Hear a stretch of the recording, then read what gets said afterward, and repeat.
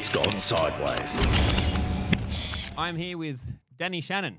Dan the man. Hello. Hey, Andrew. Thanks so much, mate. No worries. It's good to have you in here. Mate, you are a social media icon. You're blowing up everywhere at the moment. You're all over the news. Yeah.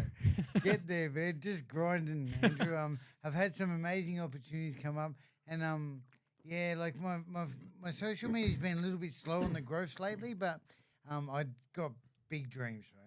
Yeah. Awesome. Well, yeah, I saw that you were on Channel 10 last night. You've been in heaps of news stories at the moment. As I said to you before we started recording, you were kind of like perfect for this podcast because, I mean, what I try and do is talk to people about times when their life has gone a bit pear-shaped and then how they've kind of come back from it. And, I mean, your story fits that to a T, right? Yeah, look, it's funny you say that because on my way here, I was just like, I walked here. I don't know why I decided to walk here. Oh, well, I do.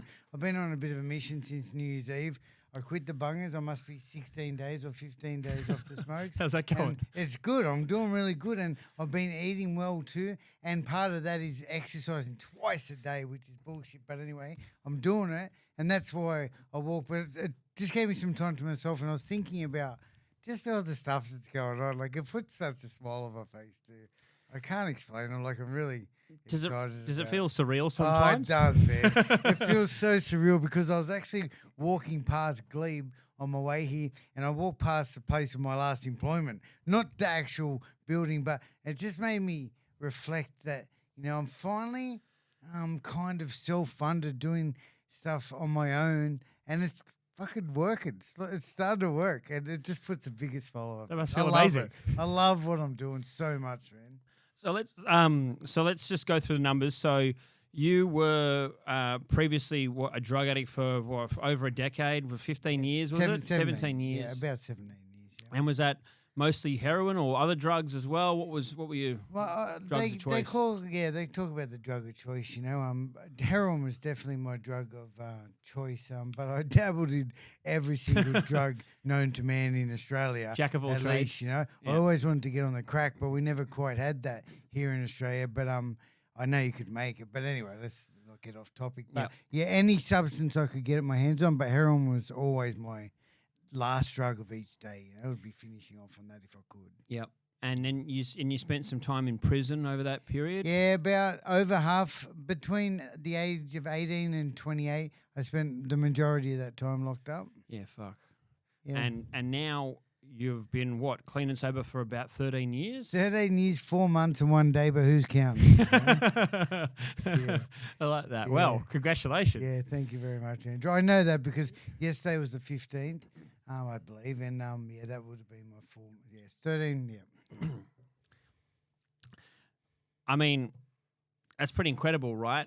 To be clean and sober for that long after so long of using. And not just so long of using, but I honestly attempted rehab 50 times. Like, I've been to every public rehab system in New South Wales, you know. I could rattle off like 15 of them right now. Some of them aren't even open anymore, like Basement 82, Cumberland Hospital, Ward 64, McKinnon House. I was known on a first-name basis at some of those places. The thing is, for some reason, well, I know why. I had this beautiful mum who was always encouraging me to change, you know. And I guess I was a bit of a people pleaser. I'd go and I'd straighten up and then I'd leave, sort of thing, you know. But yeah, I was going to ask. I mean, at what point when you get to like double digits of going to rehab, do you just think this is a waste of time? I'm never going to turn it around. Yeah, you make such a good point there, because I would say to everyone just to never give up, you know. And actually, I just never gave up. I don't think I ever thought about giving up. I'm a trier, mate. I just kept trying. I knew most of those times I wasn't serious. Yeah. And to be honest, like, even if I got close and I got a few days up and I fucked up again, I'd never really beat myself up. I just thought this is the life I've been dealt. But then sure enough, one day I made a different decision, mate, for the first time in my life, and I didn't pick up that next drug, you know? What was it that was different about that one time that you just thought, this is the last time I'm coming to rehab? Well, look, there was nothing different when you think about the way it went down. I started off in detox out at St. Leonard's Hospital, Herbert Street. I took drugs into detox like I always did. I had my mobile phone on me, which I always, I was doing all the things wrong. When my drugs ran out, I got on the Butte for a couple of days, and for some reason, buprenorphine. buprenorphine, like a Yep. maintenance, like a government issued heroin. Yep. And I started bringing up some rehabs while I was in detox, and sure enough, mate, I managed to get 60 days up, and this is when I don't know if you want me to. I can tell you like the day it really all changed. Yeah. It was Christmas Day, the 25th of December 2009. I was in rehab and I was on my way home for a day leave, and to be honest, I didn't really want to go home. Sorry, Mum, but I didn't really want to go home because the shame and guilt attached to that stuff was pretty heavy. But everyone kind of talks about going home to family on Christmas Day, so I went, and sure enough, I was sitting around the Christmas table. the lunch table, eating lunch with my family and maybe neighbours, and there's about 15 of us there, and I just remember just feeling so much shame and guilt. And I left there that day and I thought, fuck this, I can't do it. I'm going to get on, And I had it. I was all planned. I was going to get on. I'm standing up King's Cross at William Street, on the corner of William Street and George Street. To my right was King's Cross. I knew 100% I could go get on. And I'd made the decision I was going to do it, but across the road was the bus to take me back to rehab. And that day, for the very first time in my life, I thought about, well, I think it's the first time I actually thought of the consequence. I thought, if I go and get on, I know what's going to happen. I'm going to either end up back in rehab, back in jail probably, or dead, or for the first time I could, not get on. And I didn't get on, and mate, a miracle happened that day. I've basically never came close to using again. I know how strong that draw of addiction can be, particularly like when you're already made up your mind that you were going to do it and you'd already head in that direction. To then pull out it just seems wild because it's not normal. It's not normal. Right?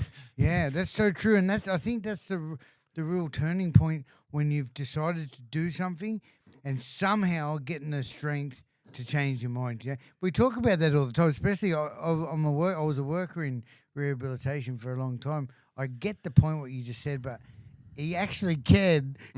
Not do what you decided to, it's true. It does happen. Yeah. I believe you. I can't think of any time when I've been able to change my mind after I've decided. Once mentally I've already walked down that path and now I'm just following through on it. So that's incredible, right? Yeah. And maybe that was such a strong, that was such a mental break from the norm for you, that your brain just rewired to say, my priorities have changed.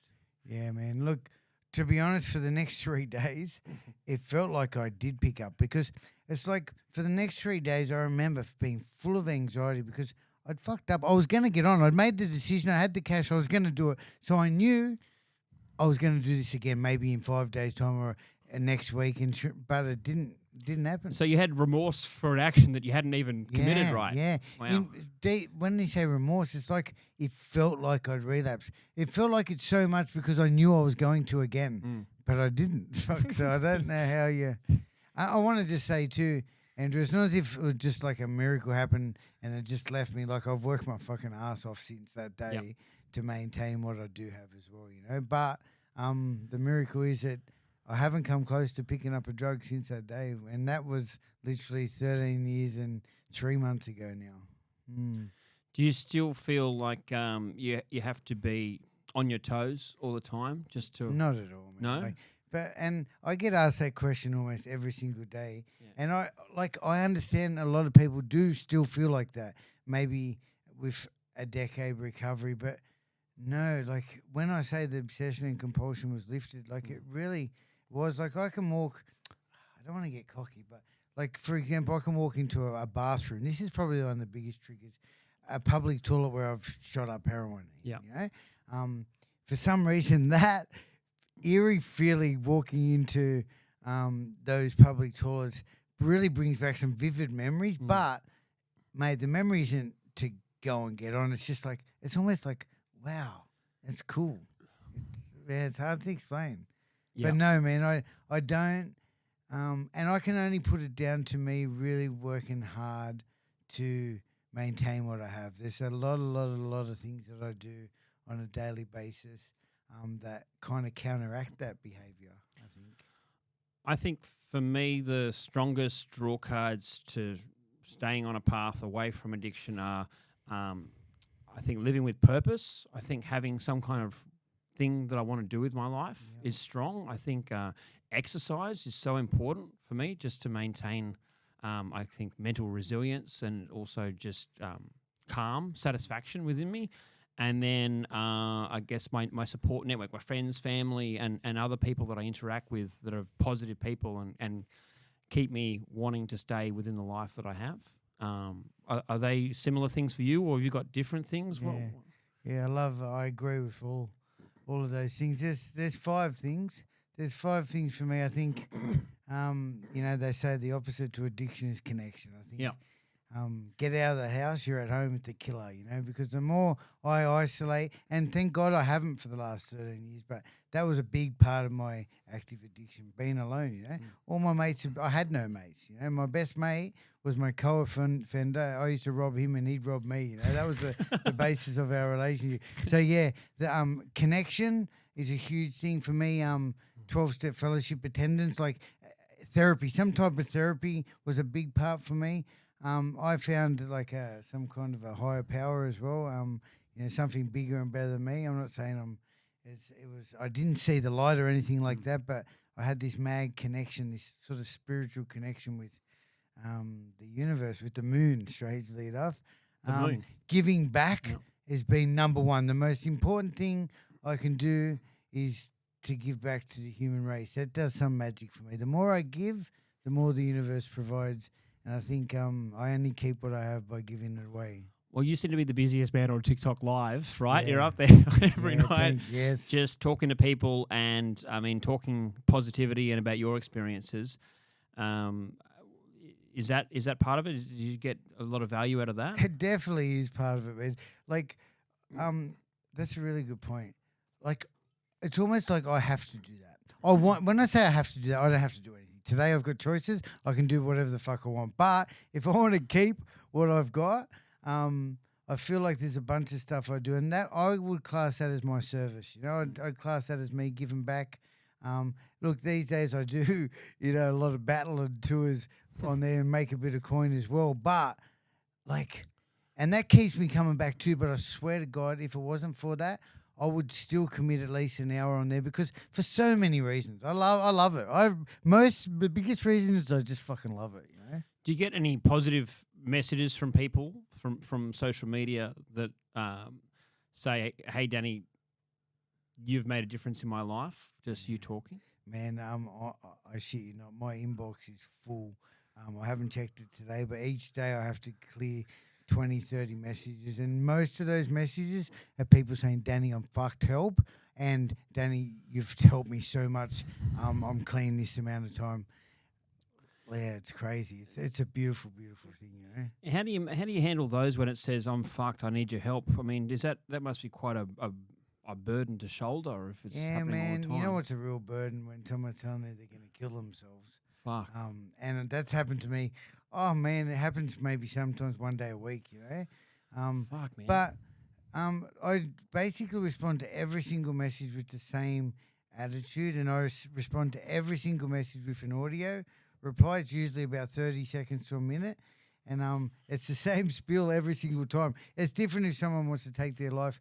I always ask them then, do you have a plan? And I also let them know that I do care about them and do they have somebody to reach out to? And I always point them in the right direction of helpline and making contact. Because I ain't no professional like that. I'm just a bloke in recovery doing my best to share a message of love and hope to anyone struggling. Yeah, you wake up, you go to the cafe to get a coffee in the morning, and then someone's sending you a message saying, "Danny, I'm going to kill myself." Yeah, That's a tough burden for anyone to deal with, let alone someone who's not a trained professional, right? Bro, honestly, Andrew, this is going to sound selfish of me, but yeah, it's fucked. Like, especially if they're not even serious and they're doing it for a cry for help. And let's face it, like, sometimes that happens, and people just want attention, but you can never determine that. So you always have to give it all your heart, Yep. Yeah, it's fucked. I think it's a really Anyway, You gotta treat- it's life, mate. You got to treat everyone like it's legitimate, Oh, right? 100%, of course, and I do. And I don't know the difference, but all I know is, it's hard. It's heavy. It's a heavy burden, like you said, you know? So let's go back to, where it all began. So you grew up in was it Cabramatta? Yeah, I always say Cabra. It's just true. I went to Sacred Heart Primary School, which is Cabramatta, smack bang in the middle of Cabra. I'll just say, I remember, I know Cabramatta is like a big Asian community now, but back in the day, I remember we had three Vietnamese boys in my class, Wee, Fee, and Tree, and I always talk about that because I always remember them boys, And then as growing up, it was like that my entire primary school. And then I just think back to my days of the carnage in Cabra when I first picked up the heroin, and then Wok was shooting me up in a dingy little flat in the back of Cabramatta with no furniture, injecting me with heroin for the first time, and just comparing the comparison from kindergarten. And I literally remember kindergarten compared to that moment where my life changed forever, mate. How old were you when you first had heroin? Almost 16, late 15s. That's so fucking young. Yeah, look, well, it's not, it's actually not that young. What about the poor kids' stories? I actually read a report this morning about a kid that, man, my life has been nothing compared to some of the shit that happens to some of the kids these days, mate. So, it's young, but... And I think about my 5-year-old daughter and my 21-year-old son. I guess any age is shocking, Yeah, but any adult giving some young kid heroin, it's putrid, isn't it? It really is putrid. And do you know what? It's all just about the money. Of course it was. He was the drug dealer.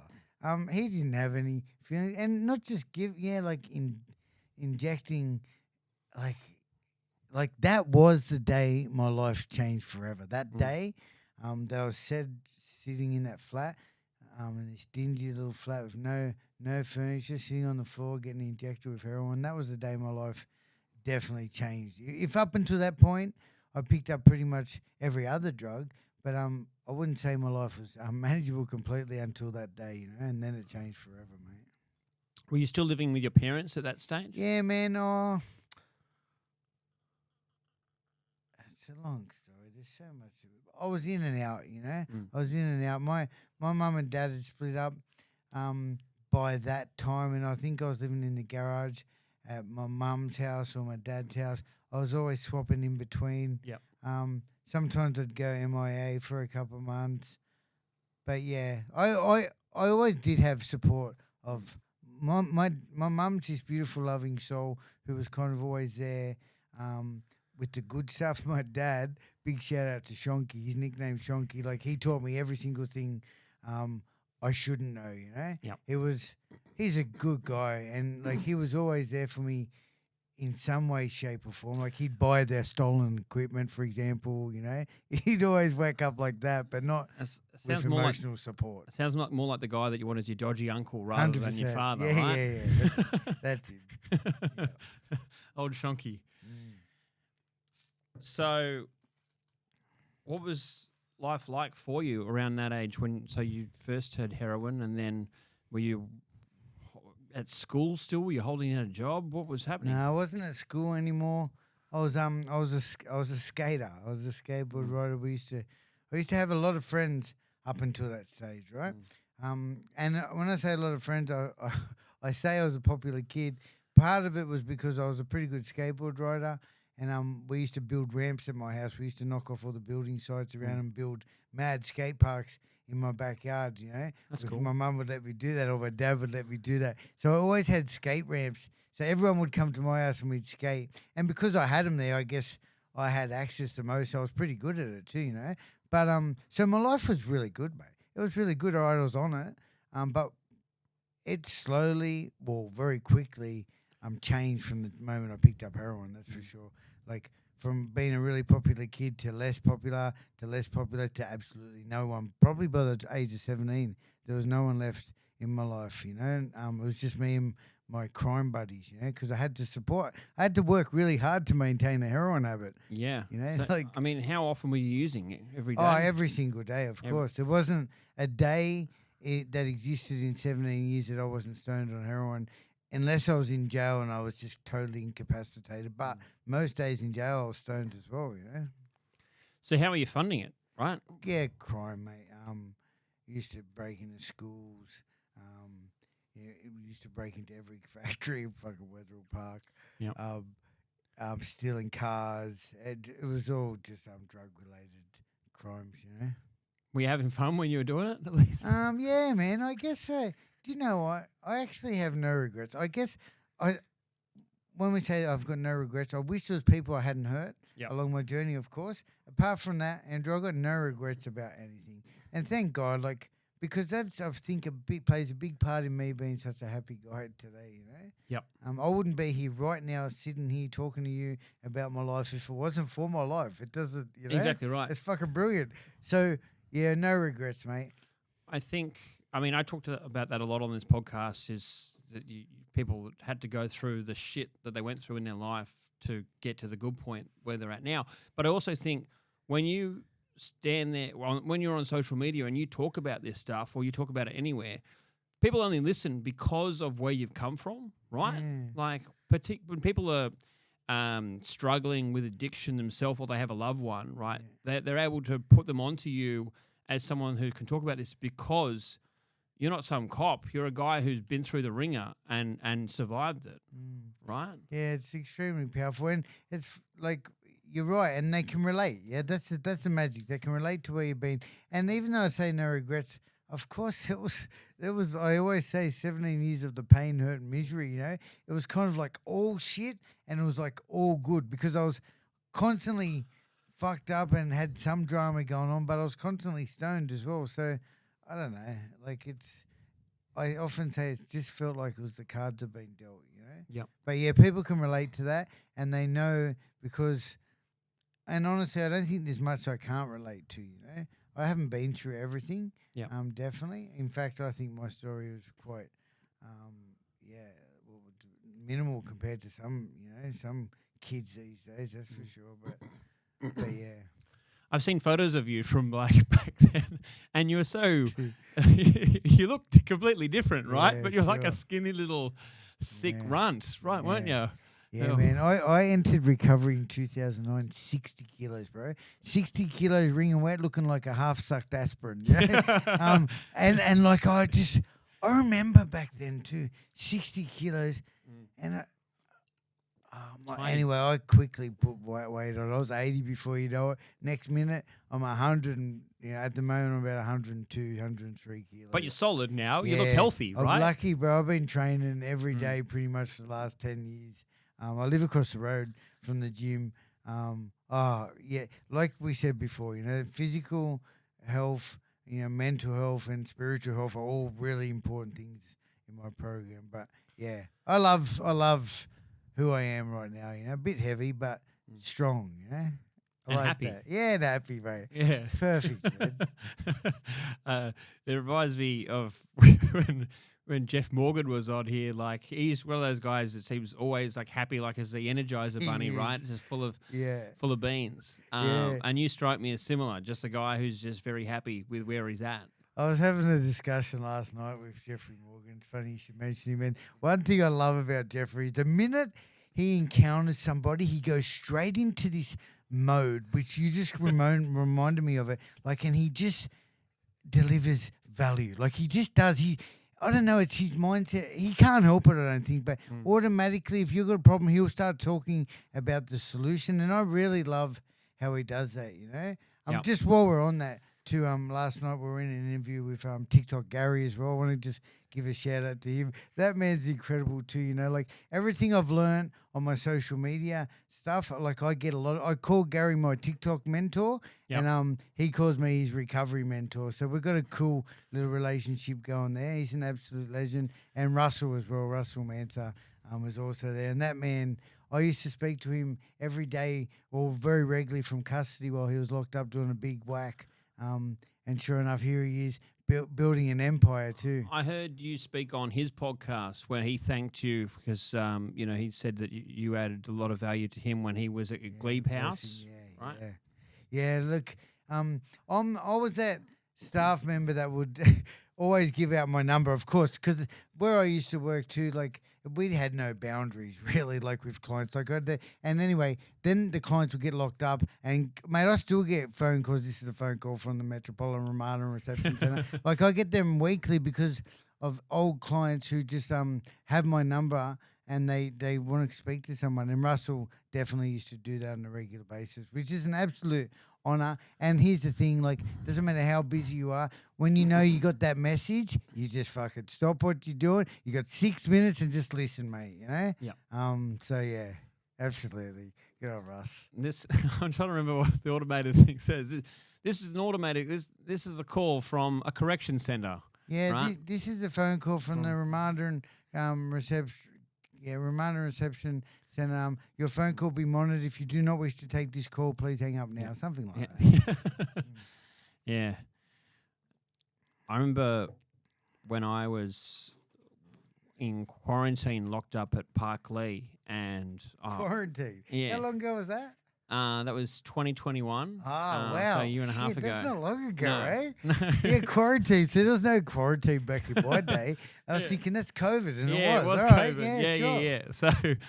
So you got put away for 2 weeks on your own. Like I had no TV, no books, no nothing for like the first 2 weeks. And it sucks because that was like my first time getting locked up, and I was just stuck with my own thoughts for like, and so you're so down on yourself anyway.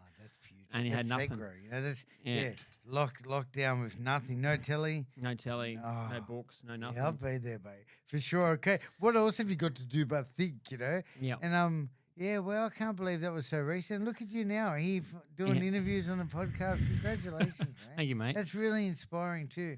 And yeah, I'd love to hear more about how you did that, how you turned it from that to this. Well, I remember anytime I was laughing in prison, I was free. I forgot where I was, right? Sure. And so I was like, that's what I'm going to do with my life when I get out. I'm going to spend it trying to make people laugh. Good on you, man. And become a comedian. Yeah, I'm a comedian and podcaster, and that's great. I'm still 36, living with my parents, but but things are on the up. You know, I feel I like who I am, and that's a start. Yeah, that's you know? gold, man. But We're blessed. We're very blessed. Lucky, very lucky. But when I was locked up in quarantine, I remember I got called to I got pulled out of my cell for a call, and it was a guy that I went to uni with who's a lawyer, and he wasn't even like my lawyer, but he saw when he was on the system for something else, he saw my name, bless him. and so he called me, and we had like a half an hour chat, and it was at a time when I couldn't talk to anyone. And I was just going mental. So that made such a huge difference to me, just to get like updates on like how the Eels were going and the footy, and just to talk shit to someone for half an hour just to distract me, and just remember that life wasn't ending was such a big thing. Man, it's funny you say that because, and I know this, after working in rehabilitation for 10 years, in that time, I took thousands of phone calls from loved ones, right?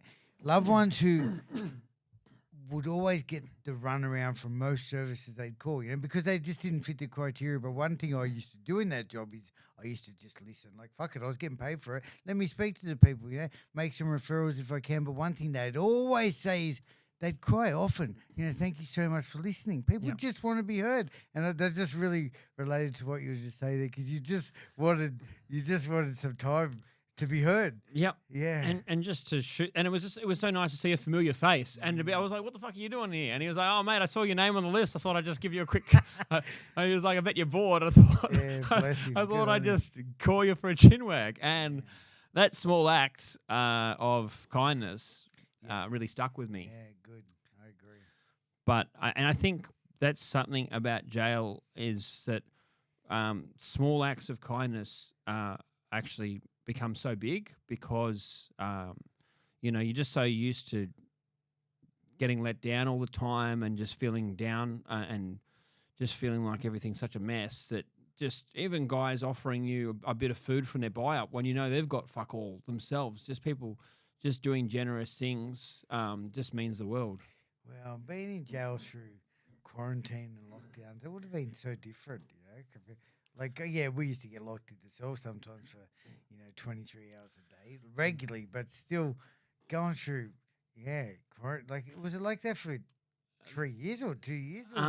So you were put in 2 weeks of quarantine, then released in the general population. Okay. But then there'd be COVID outbreaks, right? Yeah. So I know some guys at Silverwater that were locked up in their cell for like 50 days straight. Yeah, and no right? visits. That's the big thing. No visits. I get that. They were eventually allowed to do like iPad visits on screen, but I didn't get any face-to-face visits while the whole time I was locked up. But and I there was a time at Long Bay where we were locked up for 10 days straight, and we're only allowed out of our cell every second day for a shower, and then every second day for a phone call. So we're having to have bird baths, washing ourselves in the sink, and it was hard. Like it's hard on a lot of people. There were when guys are COVID positive, they weren't even allowed out of their cell, so they're locked away for 2 weeks pending COVID tests. You go loopy. Yeah, crazy times, man. Crazy times that was. Fuck. I mean, I know I was dealing with the other side of it. The repercussions of family members not being able to have access to their loved ones, and getting really angry too. Yeah. I remember being a part of a couple of Facebook pages where people would be sharing their frustrations, because of that stuff, and it's life. It was hard enough even when you were in when I was in Gen Pop at Park Lee, because there was only a handful of phones and there was just such animosity in the wing. You had to fucking fight tooth and nail just for a crack on the phone. Yeah. On a positive note, but a lot of people avoided fucking prison because of the whole thing too. A lot of people got out of it because there's no room and shit. Yeah, they were getting. Well, who was it? One of my mates. I think it was fucking my daughter's mum actually, but she someone was on a few occasions ducked. A prison sentence because it was just too full. Yeah. Or because there was a dramas going on. There was a lot of that. And that was made even more, that was made worse because like some jails like Wellington, they had to close for a while because they had a mice infestation. Did you hear about that? Yeah, I did hear about that. We had a whole bunch of guys suddenly filling up all the cells at Park Lee because they'd all come from Wello because mice were literally falling out of the roof. Yeah. They'd come back to their cell and their buy-up food was getting nibbled on by fucking mice. They were just everywhere. And then eventually they got rid of the mice and moved everyone back. But I think that was part of the reason why I didn't get sent back was because the jails were so full. But all right, so we talked about you being a teenager, right, and first getting into heroin and being a skatey, and then how long did it take? When were you first locked up? Yeah, I was first locked up at 16 in Cobham Boys Home for warrants. Yep. I'd written this. I don't clearly remember why, but I remember back then $100 a day you'd get locked up for unless somebody paid your warrant or your fines. You get so I think I did like 14 days because something like that, and then I started. That happened a few times. I remember I wrote a body check from I really want to say the business name I won't, but from this guy and in my own name, and I got pinched for that. And then I was locked up in Parramatta prison on my 18th birthday on some pinch. Mate. A lot of my time between 18 and 28, I did a lot of remand for just a bunch of stupid shit. I did 6 month sentence, 6 month sentence, 12 months, 12 months, one 18-month sentence.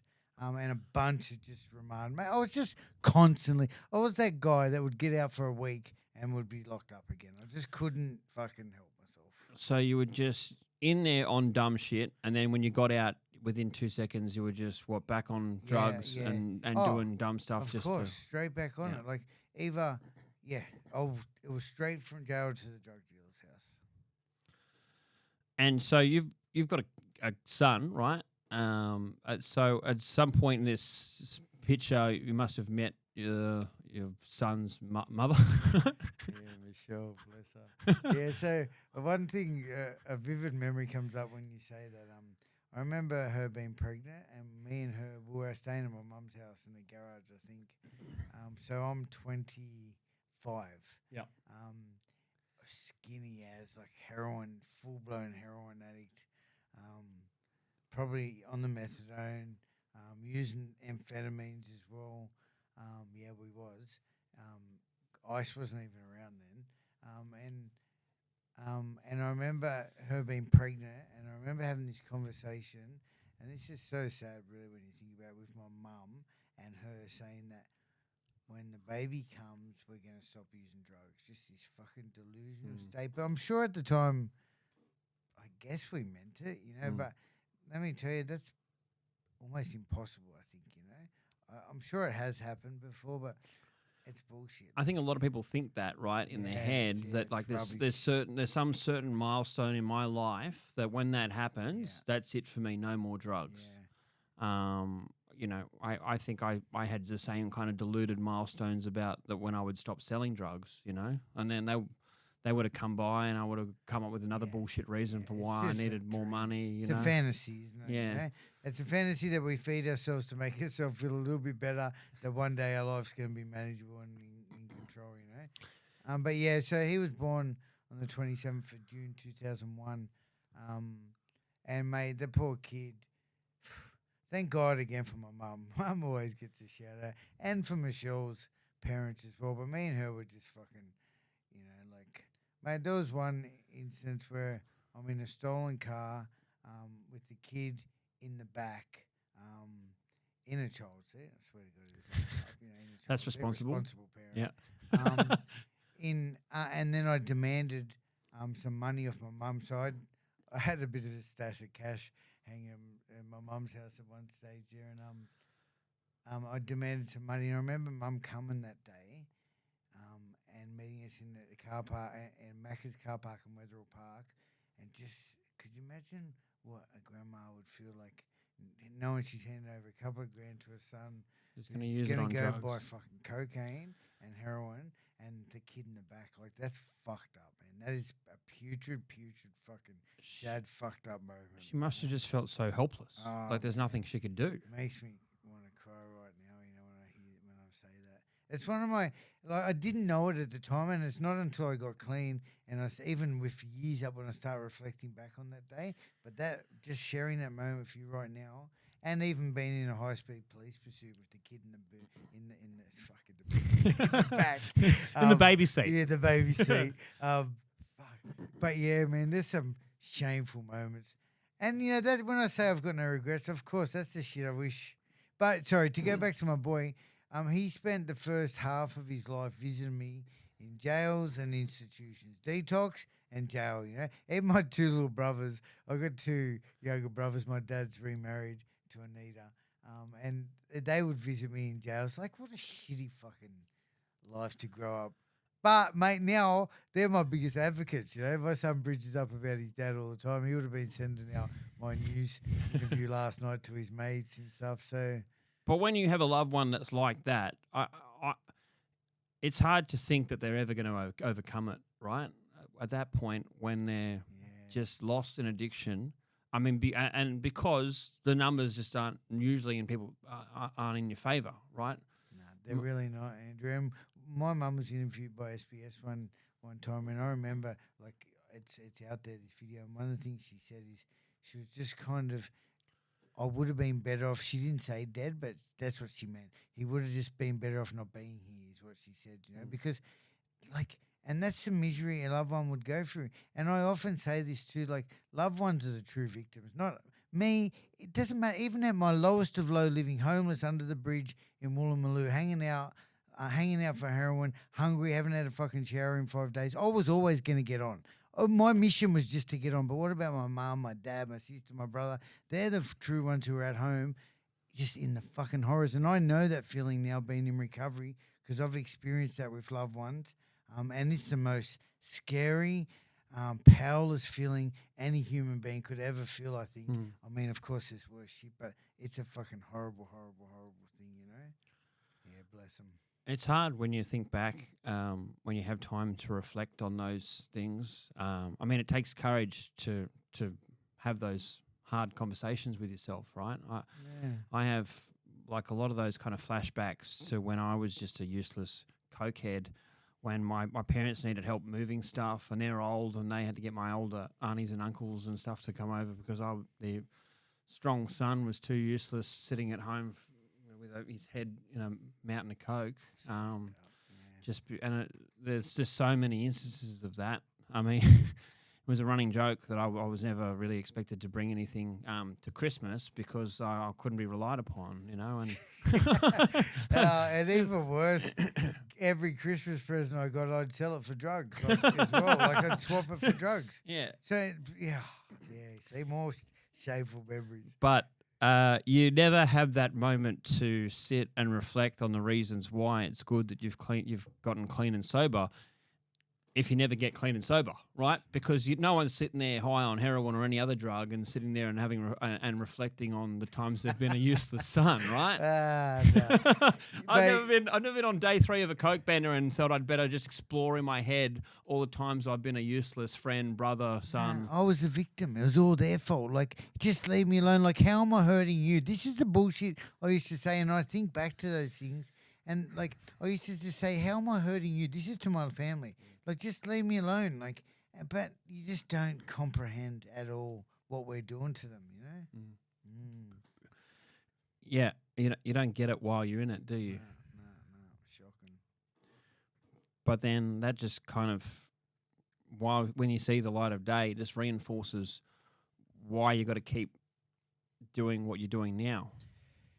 You just reminded me of something, and like because I've worked with thousands of people, individuals in recovery and entering recovery. And there's a whole bunch of things, and this is just a message to anyone listening, loved ones, again, that, it took me, honestly, 5 years to really start to understand some of the impacts that my carnage of my addiction had on my loved ones. So that meant 5 years of me being still so self-centered, self-obsessed.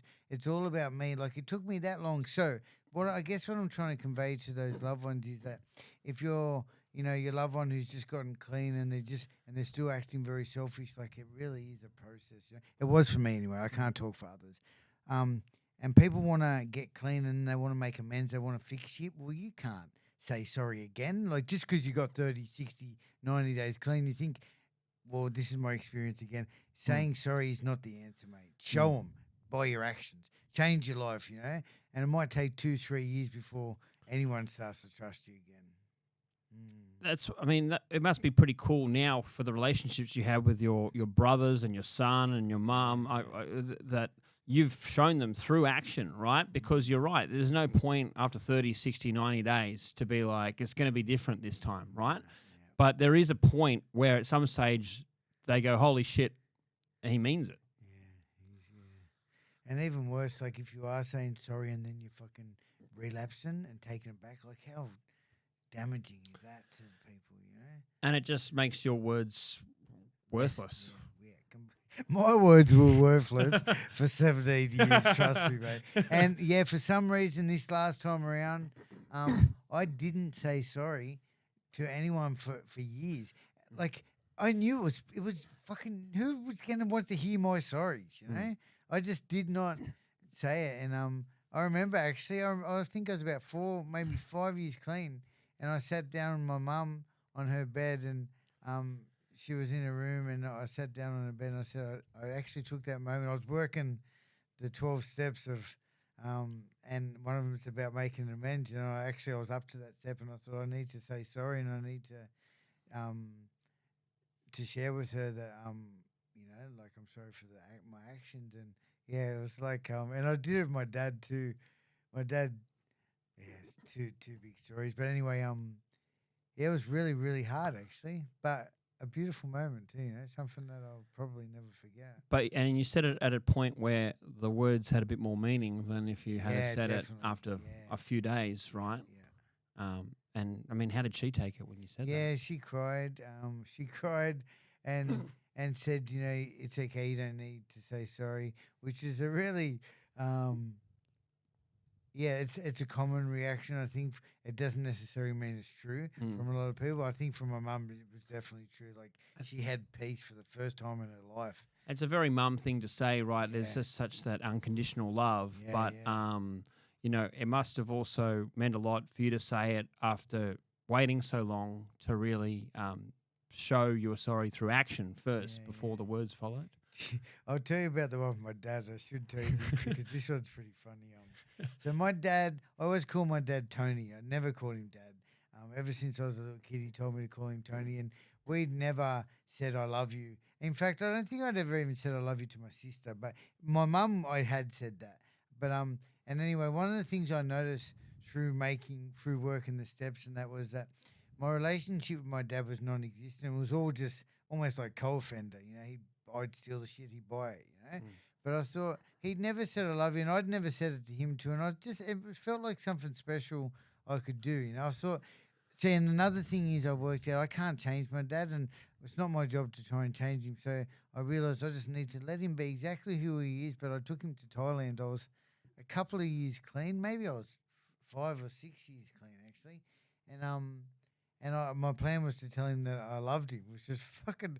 It's the weirdest weird thing. I don't know where I came up with this idea. It was just something. After never saying it your whole No, life, you but- thought, "I'm going to do this." Yeah, because it was something really, really important to me. It's like for so many reasons, it was something really important to me, and it was my plan to, and I almost like role played it, how it was going to work and everything. And anyway, I'm in Pattaya with my dad, sitting on the beach drinking fucking coconut waters, probably getting a fucking foot massage as well. I wasn't, but let's just throwing that in. And I said to him, Tony, I said, I just want to let you know, that I love you, and. Oh my fucking god! I practiced doing it in my head a million times, but it's just so. It was so hard. And he said to me, he looked at me like funny, and he goes, "Danny, I like you too." You know, that was his response, and it was perfect, man. Yeah. I didn't need to hear anything from him, but And it was also very true to Tony. yeah, it was so it Like- was so Tony. I like you too. And I've shared that story before, and people always defend him, saying that was his, that's what he's grown up with, and it's true. Whatever, I like you, I love you. It's all the same shit, you know. Yeah, Yeah, that was it his. is. That was That's his version yeah. of "I love you." Right? Yeah, and funny enough, I'll share this too. Like he got really sick pretty recently too, and I've actually said it to him probably 10 times now, and he even said it back now. Like, but he's kind of not himself anymore, so he doesn't realize what he's saying. But yeah, it's there. That it's amazing how that became something important to me. Like, and it's just because I just want to live life to the fullest, man. You know, and for him and for me. You know. Has there been any cool moments with your siblings now? That, like, obviously you've gone through this period where they would have probably been like, "Oh yeah, he's gonna relapse at some point," but then it gets long enough where you're like, "This is done for good. This is the new Danny." Yeah, it's been an incredible journey. Yeah, look, I'm not that close with my siblings. With Yep. none of them. I'm such.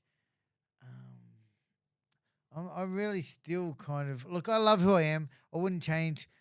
Oh, hang on. What I'm trying to say is I've worked out what I like, what I want, what I don't like, and what I don't want. Yep. And a bunch of things that I've worked out about myself after hanging out for a lot of people in recovery for 13 years is I just don't connect well with on intimate levels with people. I'm just not that good at it. I'm good at doing it in a public forum, kind of even like this right now. Yep. I can do this, but intimacy is something I really, really struggle with, and it's almost like I forgive myself and I just say it's okay, Daddy. You don't have. But to go back to my relationships with my siblings, I don't have that close relationships with anybody, which is actually pretty sad, as I say. There's no one I'm really close with, man. It's Do you weird. date? Have you got a partner? Nah, I haven't. Bless the next partner that hooks up with me too, because she'll encounter this shit. But I said this right from when I was 5 years clean. For my first 8 years, I had a bunch of partners, and I thought I don't want a partner, serious, anything to settle down. But I remember thinking, fuck, when I get to 10 years, I'm gonna settle down, right? Well, that was 3.5 3 years years ago ago. now, and I think I'm ready. Yep. And I think I'm ready to settle down. But as you probably know, like you can't work on shit if you're not in shit, you know. Yeah. And I'm so busy, like at the moment. I'm just so busy, and my life is so full and fulfilling. That I kind of like a girlfriend, but I just don't want her to interfere in my You shit. don't know where they would fit into your life. Yeah. Yeah, I mean, I'm in a similar stage, so I don't know what advice to give you. Where I am so busy with all my other shit going on that I don't have time for dating. But at the same time, I'm so reluctant to do it because I kind of got I don't know, soured by my whole previous experience when I was engaged. That it's kind of Yeah, had some bad you experiences. know. Yeah, so Right. I all I know is that like it's a pretty lonely existence if you never kind of get there. But I agree totally. Yes. I mean, there must be a lot of how old are you, Andrew? 36. Yeah, see, I'm 47. You still got fucking 12 years on me. I mean, yeah, I need to put my ass in a gear very soon. I mean, you're a good looking fella, right? And you he was really awkward to say that. I was just looking at him say that. And you've got this contagious kind of happiness to Yeah, you. man, There I must have, I be, know. and you've got such a positive story. So there must be some women out there that would love to date you, Bro, right? let me tell you, it's crazy. Like, I've got so many women out of Sydney hitting on me. Like, but no one in Sydney and thank God for them too, look, when I say that, I know that sounds a bit cocky, but it's probably just because of my social media stuff and all that. But it just seems like there's no one. They're all in fucking Melbourne or in Queensland. I had a Or video. America. I had a video go viral on Instagram and TikTok, like a few months ago, Yeah. and I got all these DMs Yeah. from women asking me to Yeah. marry them, but they were all from like England and America. Oh, shit. And I'm like scrolling through them, like, any of these chicks Aussie? No. So I can relate to that. Yeah. You're popular in everywhere except your fucking Yeah, hometown. yeah, which I think is a blessing in disguise because do you know what's really important to me is I want to do shit right. I really do. So I don't want I'm 47. I don't want to be dragging any woman through any shit anyway. You know, like if I hope, and you can't make it happen, but I hope the next partner I have does get the best of me and it works out because you know like. People get hurt. I don't want to hurt people. You know, hurting people's shit. Well, it's a lot easier to not hurt someone when you're clean and sober, right? Yeah. I mean, would you say that you're the best version of yourself that you've been? Yeah, bro. That's cool, 100%. right? 100%. It's just getting better, man. How good's Yeah, that, yeah. right? Yeah, It sells itself, right? Yes. Yes, it is. It does. So, ladies, if you're listening to this, please slip into Daddy's DMs if you're from Sydney. From Sydney. Let's help him out. I wanted to hear about your great escape from Silverwater because Sure, of course. I've already had one of Australia's most famous escape artists Oh, ever, wow, John right, Killick, yeah. come on. And he also escaped from Silverwater, but you went a different way to helicopter. Yeah. Just tell me about like first how the idea came about, and then what went down. It's funny you say that because I was speaking to John about this. He read one of the stories, and the media plays out the story quite good. And I remember John saying to me, "Oh, something like he was being really humble." He said something.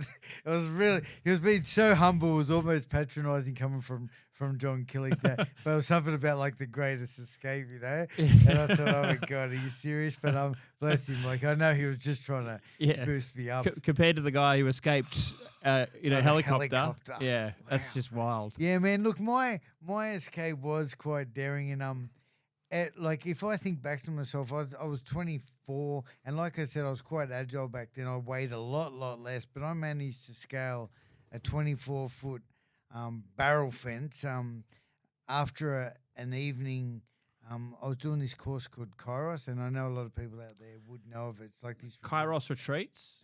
well, it never used to be called Kairos Retreats, but it was called Kairos. It was a religious program they used to run in jail, where the chaplains and look, I want to just also say bless them. But I used to go there for the coffee and biscuits. You know, Yeah. I mean, that's why I would turn up there, and just to get out of the cell. And sure enough, we're in the visiting section, and I managed to, at the end of the group, they're all holding hands, singing Kumbaya or saying a prayer, and I ducked out the back and scaled this fence, man. There was this. I'd done quite a bit of time in So that jail. a barrel fence was one with like the large, like Yeah, at the top. like plastic, whatever the fuck it is, tube thing. Aluminium, yeah, but the thing is, those barrel fences are impossible to get up. But there was one spot in the jail that I'd been eyeing off for months, where it's hard to explain visually, not seeing it, but a barrel fence met another barrel fence. So on one of those barrels, I had to lean the opposite side. So there was one bit where, oh, mate, I knew I could do it. Well, I had envisioned I could do it, and sure enough, I did. I got up there on that corner. I remember as I was taking that final stretch with my arm, if I had slipped, I would have been dead. Like I would, because the bars down below me, I would have just landed on that on my head and cracked myself. But anyway, I was up. I'm up on the barrel. What time? What time It was was 8:30 p.m. Yeah. About that. I'm up on the barrel. My plan was to just sneak along the barrel fence because I'm still on the inside of the jail at the moment. I'm not out yet. I'm still on the inside of the jail, and I thought, Did you escape on your own, or was there another? there guy? was another guy too. Yeah, I should give a shout out. I never give a shout out to Pagey because just because I feel like it's out of school. But the only reason I'm going to mention him is he messages me every time and he says, "Why don't you fucking tell him I escaped with you too?" So a shout out to my Coey. But yeah, so we're both up on the fence, and he's even more agile than me. And anyway, we're going along the perimeter fence on the inside of the jail. The plan was just to sneak along that and sort of skip through the razor wire really slowly. Well, an officer, and I call him Mr. Singh because he had one of those big turbans around. He said he spotted us up there, and I could imagine he must have just shit the gear, and he's straight on the radio into the the MEU and the coppers and whoever else, and we've just had to leg it. So we've sprinted or ran along this barrel through the razor wire. I've cut my legs up and I've taken this big leap off the top of that fence, a 24-foot fence, and landed on my arm, which was black and blue from my shoulder to my wrist, and ran down Holker Street, had to bounce a couple of other fences. Pat's in front of me because he's quicker than me and I've got a fucking broken arm, but we've jumped a couple of other fences. By this time, the squad, the MEU, the dogs are on their way, and we've jumped a couple of fences. I'm at Parramatta River Bank, at the banks, and we've jumped in the water, start swimming across this river. Now, the coppers and the squad can't get to us because we've jumped all these fences. The dogs can't get over these fences. And sure enough, we're swimming at pitch dark across this river, and then I ended up in like these mud mangroves on the other side. By this time, water police is on the river and Polaire's up in the sky, but they can't see me because I'm covered in mud from head to toe. It sounds like a scene out of the movie The Yeah, Fugitive, but- right? Well, funny you say that because there is a report in the paper where it says Inspector Ayres said it was like watching something out of an old movie or something. But yeah, Well, man. Yeah, there's that Harrison Ford bit where he jumps off the bloody dam and in the movie Yeah, The right. Fugitive, and then Yeah. there's helicopters going over and he hides in the riverbank, right? That's what I'm picturing. The thing is, I got away, man. I got away. Poor old mate. Old mate got pinched. So right at the end, once we finally come out of James Roos Drive, just so you know, like just so people understand, there was water police on the river and the helicopter, but they were all tracking Parramatta River looking for us. But I'd somehow, by accident, taken this little creek off the side called Duck Creek. I know that from the police report, and they couldn't find us, right? And Pat was we're trying to steal a car together. I've got cash outside, as I mentioned earlier in the podcast. Mum's got it. I've actually sent it to my partner, and he ended up stealing a car, ended up at his missus's house or some chick's house, and like 2 hours later, blind drunk with a gun to his head, with the police fucking arrested him. They dobbed him in as soon as he was unconscious. Because could you imagine these poor women? They think he's all over the news. We're on the news. He's the most wanted man in the country right Yeah. now. Yeah, But you got away for longer. Yeah, got away. Yeah, I got away. I made it to Perth. With my broken black arm. It was black and blue from my shoulder. I was using a whole lot of heroin, or home bake, they were calling it in Perth. That's why they had these syringes you buy them for $50 a pop. It was like this codeine bake of like home bake heroin. And I got pinched and dragged out poolside from a hotel with my partner. Kind of got stomped on and dragged my ass back to Sydney, basically, mate. How'd they catch you? Well, my partner was on methadone, and so was I. I couldn't get on the methadone, but I thought New South Wales coppers wouldn't come looking for us. No, I thought warrants wouldn't carry interstate. This is my mentality, and actually, it's true. But we didn't anticipate New South Wales detectives getting on a plane and coming to get us. So it's true, the warrants wouldn't carry to Perth, but New South Wales coppers could come get us, and that's exactly what happened. She got in the clinic. They've tracked us down like within a day, and next thing you know, I'm getting dragged my ass out by the poolside at 6 a.m. in the morning, arrested and chucked in the Perth watch house. Well, short-lived. Yeah, but yeah, bless. It was and look, to be honest, I told a really short version of that story then, and there's plenty of other pieces out there when I have told a longer story, but it is a pretty cool story. Like and man, like I fucking did get away, man, and like I had every fucker looking for me, man, in Silverwater, like coppers, dog squad, MEU, which is the Metropolitan Enforcement Unit. They're the crew that look after the security at the jail, and they couldn't catch me, mate. It's amazing what a bit of... I wanted to get on, bro. That's what I had cash. I was going to I ask. wanted to get on. That was the main motivation Yeah. for why you had to Yeah. escape. Yeah. Fuck, that just shows you just how strong the draw was of your addiction then. You're like, Yeah, there is nothing start more plotting- important than, the getting on, mate. started plotting a prison knows, escape yeah. that you executed successfully. And then you look back, you're like, well, it was worth it because you did get on for a few days. Yep. Wild shit. And so did your partner, did she get in trouble? She copped some shit as well? Yeah, look, this... Bless her, she got done. So she got locked up as well. So for harbouring, right? That's the charge. Yeah. Man, look, there's so much more to this story. It could take a while, but all right, I'll tell you a little bit more. So she's on the methadone. They dosed her, but I'm in the Perth watch out. Mate, I'm on 120 mils of methadone. The only thing that was holding me for the last 6 days is like 15 injections of fucking home bake. And so I've got a huge habit on that now. I've got a huge habit on methadone, and I'm sitting in the Perth watch house for 3 days, hanging out sick. She's getting dosed. She's also pregnant with my son, Josh. We got back to Sydney, and they let us stay in the cells together that night. Weird, hey? Bankstown Coppers, shout out to Bankstown Coppers. I was fucked. She was fine. She's glowing from the dome. I'm fucking hanging out like a motherfucker. That's very nice of them. Yeah, that was nice of them. But they knew Dad's fucked in the morning, and she got bail. So she got bail, and I didn't, mate. Yeah. They thought, let him have his small victory for tonight. Yeah. Fuck. Yeah, mate. Definitely had a coloured history, but like, and I often say, and I'm actually not one to talk much about the mess.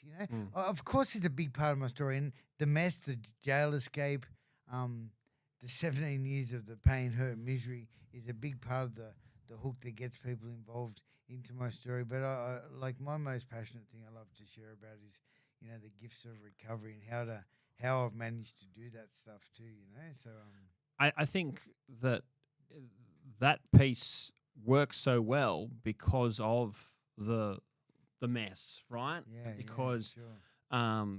People can see that they're like, oh fuck, that sounds a lot like the mess that I'm in or the mess I've been in before. But I'm still living it. I haven't quite gotten out of the mess of my life. Yeah. This guy's been in similar shoes to mine and he's done it, right? So that's why I think that the two pieces work hand in hand, because it's very hard to take advice from someone who you'd feel like hasn't walked in your shoes or similar shoes, because you're like, well, this person doesn't understand my problems. But when you're standing there and saying, mate, I know, I've been there, then they go, oh, fuck, okay, then how did you do it? How did you beat it, right? And so that's why the value of your words have such weight. Yeah. Yeah, and it's funny because, it's not funny, but I mean, like, there's nothing someone can't tell me about the horrors of their addiction and how fucking trapped they are right now in the 100 attempts, how they just can't get 2 hours clean. I relate to that so much because I Exactly. have done every single part of that. And not only that, I can almost promise you too that I know that there's a solution and you're this close. I think we're always, every single one of us is just like this close to changing your life forever, you know? And actually all that fucking this close is just one decision. And that's a different decision than you've been making for a lifetime. And people think that that decision is impossible. And I thought that, but then it happened, mate, you know? So, I guess, yeah, that's just a little bit of motivation just to let people know that, yeah, like, you can do it 100%, you know? Don't believe this bullshit that you can't because you can. When did you change from obviously going back? You made the decision when you were heading towards King's Cross to pick up gear. Instead, you got on a bus. You went back to rehab, and then what was the pathway to you starting to do the 12-step program? Yeah, so I was thrown in to the 12-step program at that point already. Like, I was already doing a lot of 12-step fellowship stuff every day. But it was painful. Like, it was just, oh, fucking, here we go again, you know, this shit. But I knew, I knew that I needed to do something different, and I believed, because I had lots of mentors as well, you know. I believed that, you know, this guy's doing it. Why can't I? Yeah. Yeah. Well, actually, it was more like, it's good for you, but that's probably not going to work for me. But I'll just hold on, you know.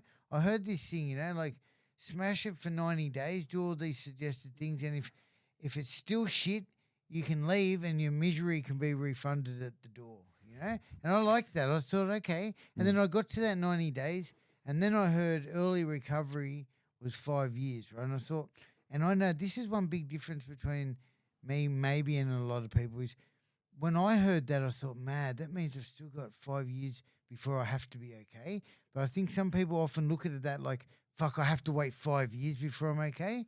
And for some reason, I just remember thinking, okay, I don't need to be okay for 5 years. And then I just share this too. I was like 10 months. My first 10 months was miserable, man. It was, I mean, of course I laughed and I was making some friends and shit, but it was really, really difficult. And then I was living in a halfway house in Summerhill. I'm 10 months clean. I'm on my way home, 10 p.m. at night. I just got off the bus. I'm walking home down the street. I didn't get a driver's license for 5 years. I was suspended for 40 years, if you want to talk about that. But anyway, I'm walking down the street, and I looked up at the moon, and this is when, like, this is like another huge spiritual awakening for me. This day, like, I just felt this connection. Like, I felt this level of gratitude I'd never had before. And I thought, fuck, I'm okay, you know? Like, it gave me hope for the future. And this, it was like I was high on life for that moment. Did it feel like a message that you were on the right path? Yeah, definitely. Like, it's almost like it gave me a bit more courage and faith that I can keep doing this because I felt good, normal without drugs. That's what it was. Like, I had this natural high that I thought, fuck, this is nice. I like this, you know? And I've basically been chasing that same high for the last 13 years. Like, I will literally, if I'm out at 10 p.m. in the street, I'll always look up at the moon and see if I can get that same feeling. And sometimes I do. Often, very often. Sometimes I don't. Like, you can't have the good without the bad either, you know? Yeah. Yeah. That's cool. It is, man. It really is. I didn't realize that the 12 steps, you said that you was after 5 years of working the steps that you said sorry to your mum. I didn't realize that they take, like, how long does it take to do all the steps? Does it change? Does it depend for every person? Yeah, it does depend for everyone. Yeah, it does. I think I said four and a bit years.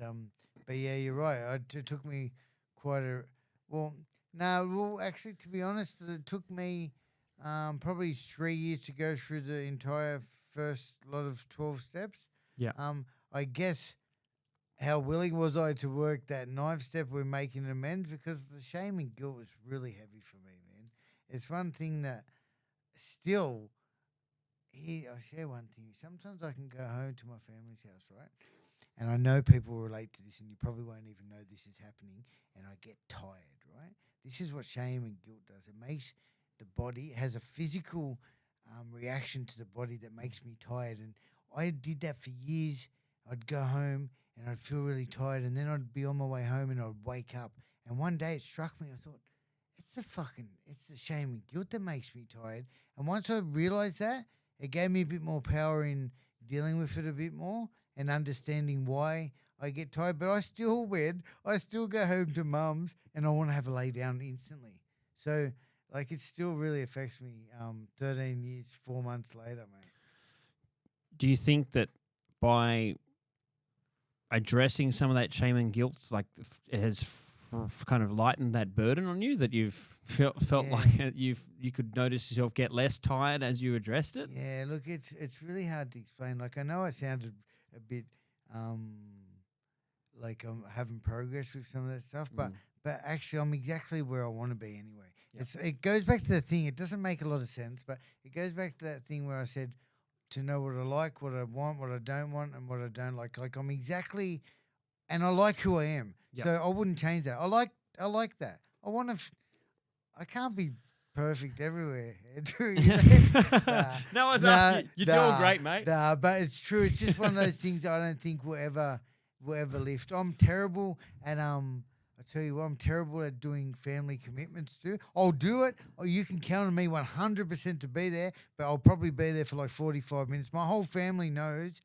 Don't expect Daddy to stick around for too long. He'll always be there, but I just get awkward and time. Yeah, so I've worked out my best self. Yeah, you got to know your limits, right? Yeah, limits. That's right. Yeah. I would find it hard if I was to ever try and do the 12 steps. Like the making amends piece, I have a mental block about people that I've wronged that have also wronged me, because I think in my head, like, fuck that person. Yeah, sure. Like, how? That's really interesting that you say that. Do you know? Yeah, that's a real what do you call it? Obstacle for a lot of people. You know? I don't have that for some reason. I'm sure I did for years. Today, it's like this, right?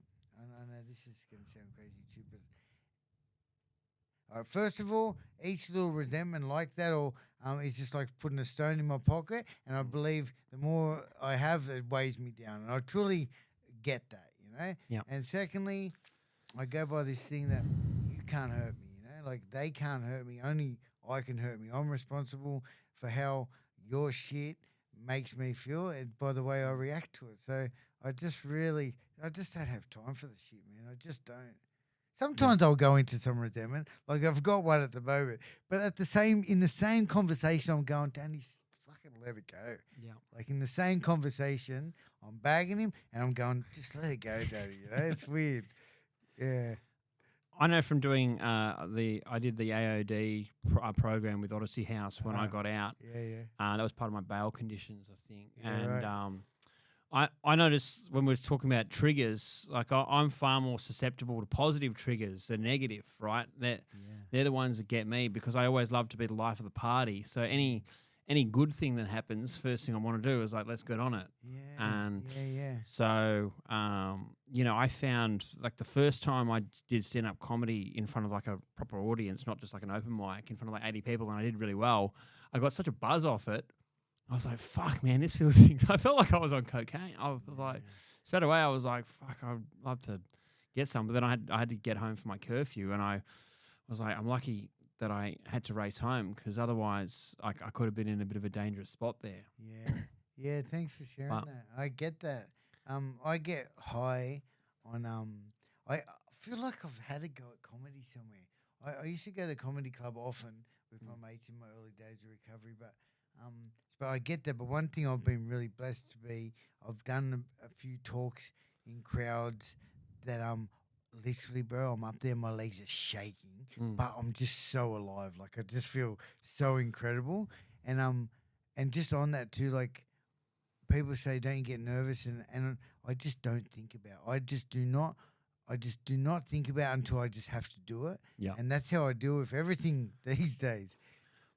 But if you're getting asked to talk about stuff that you talk about all the time, right? Yeah. I mean, TikTok, is probably a good practice for that. You're talking nonstop. Yeah, I think so. And if it's also something which you believe and you're passionate about, then I think that can help you to try and override the nerves of like, It's hey, not I'm hard. standing in front of an audience. Yeah, it's not. Yeah, you're right. I mean, it is two different things, but completely. Like being at home in front of a phone, talking.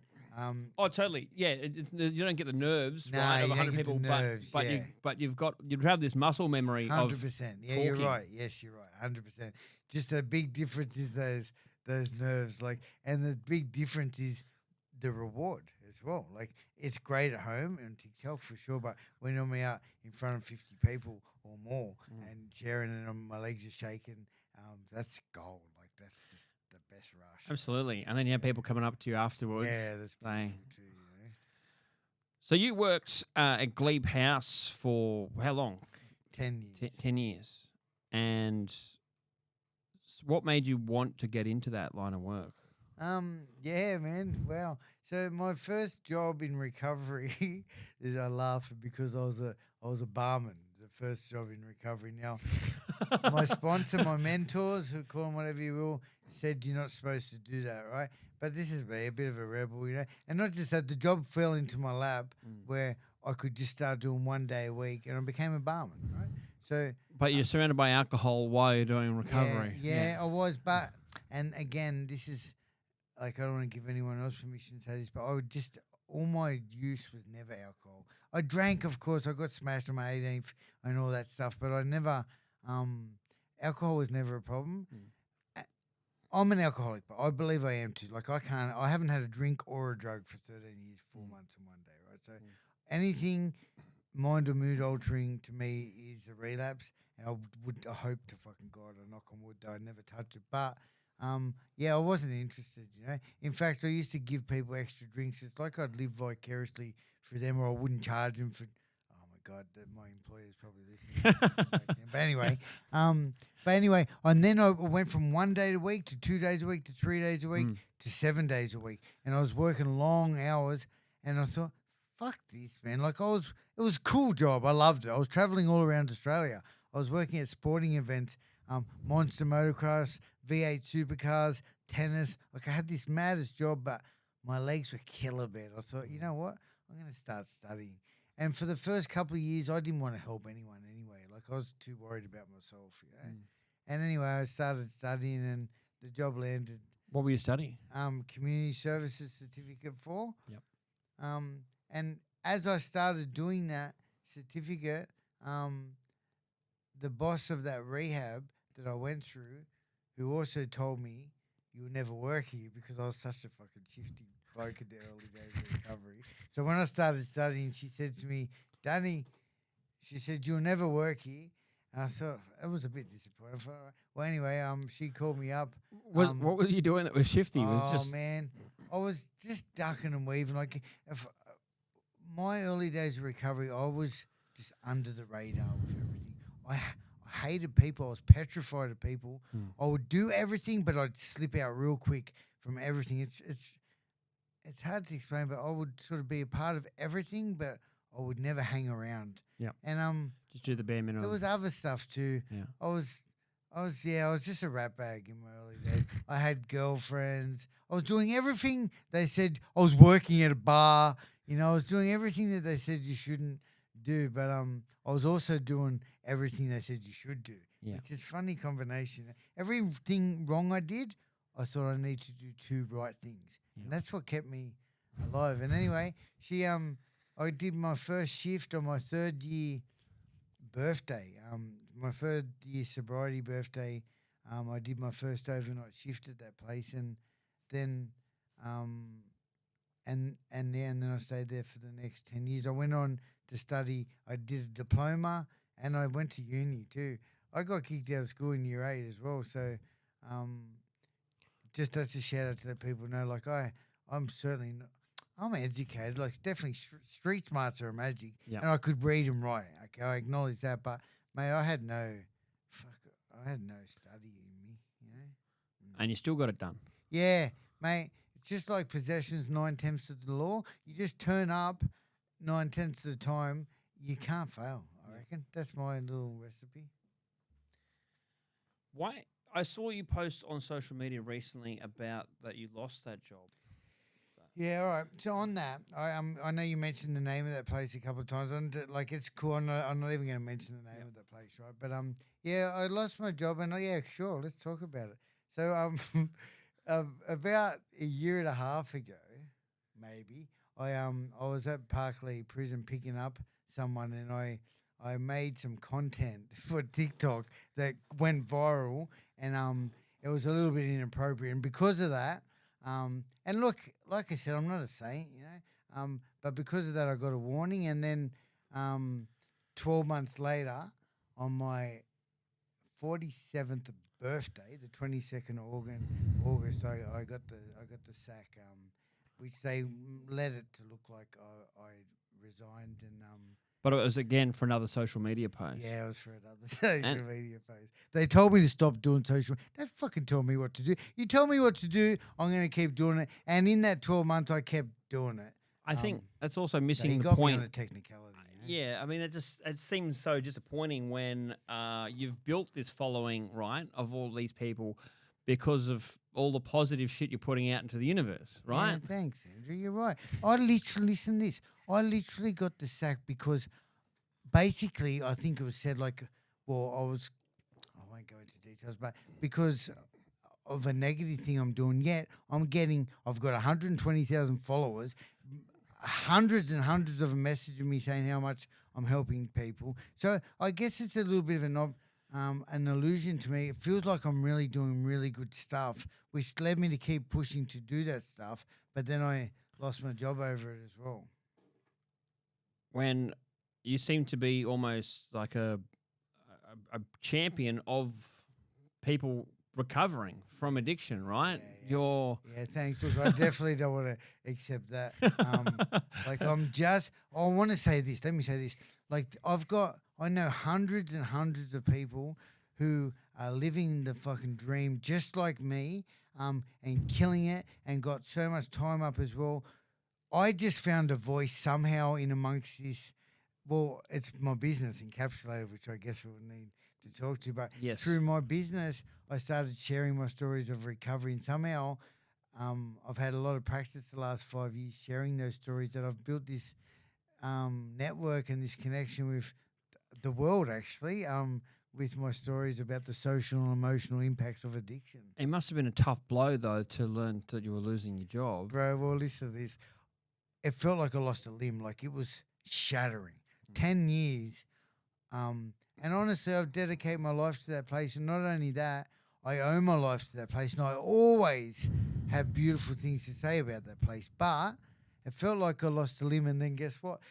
Not even 3 days later, I'm getting paid to go to Thailand, business class, on a work gig that I've. So it was like God just goes, yeah, Dad, fucking have this. I'm on business class flying to Thailand to do some work over in Thailand.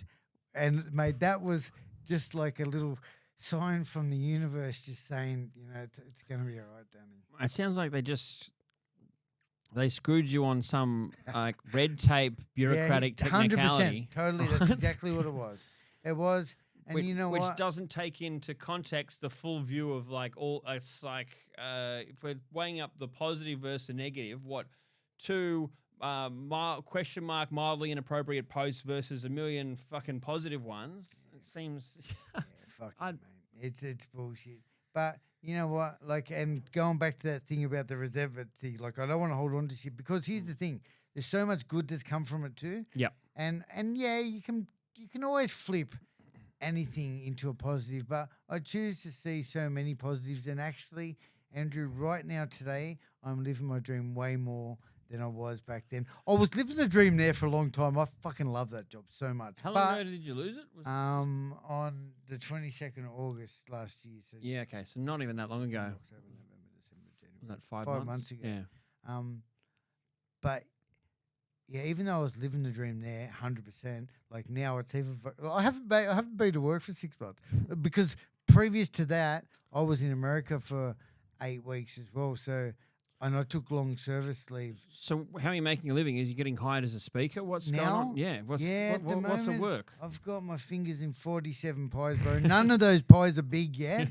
But a bunch of small pies, right? Yeah, a bunch of small pies. I literally, make income from so many sources. I have had a few motivational speaking gigs. Mm-hmm. I've recently been down to Canberra to present at a jail. There's only one jail in Canberra, so if I'm really being too inconspicuous about that. Yeah. And some rehab services. I've done some online speaking gigs, so I make a little bit of money from that. I get paid a little bit crazy by social media. They literally pay me for the content I'm putting out. For some reason, they put ads or something in my content, and I make an income from that. Is that on Facebook or where? Yeah, Facebook and TikTok as well. You make Cool. a bit of money for doing that. I also am running.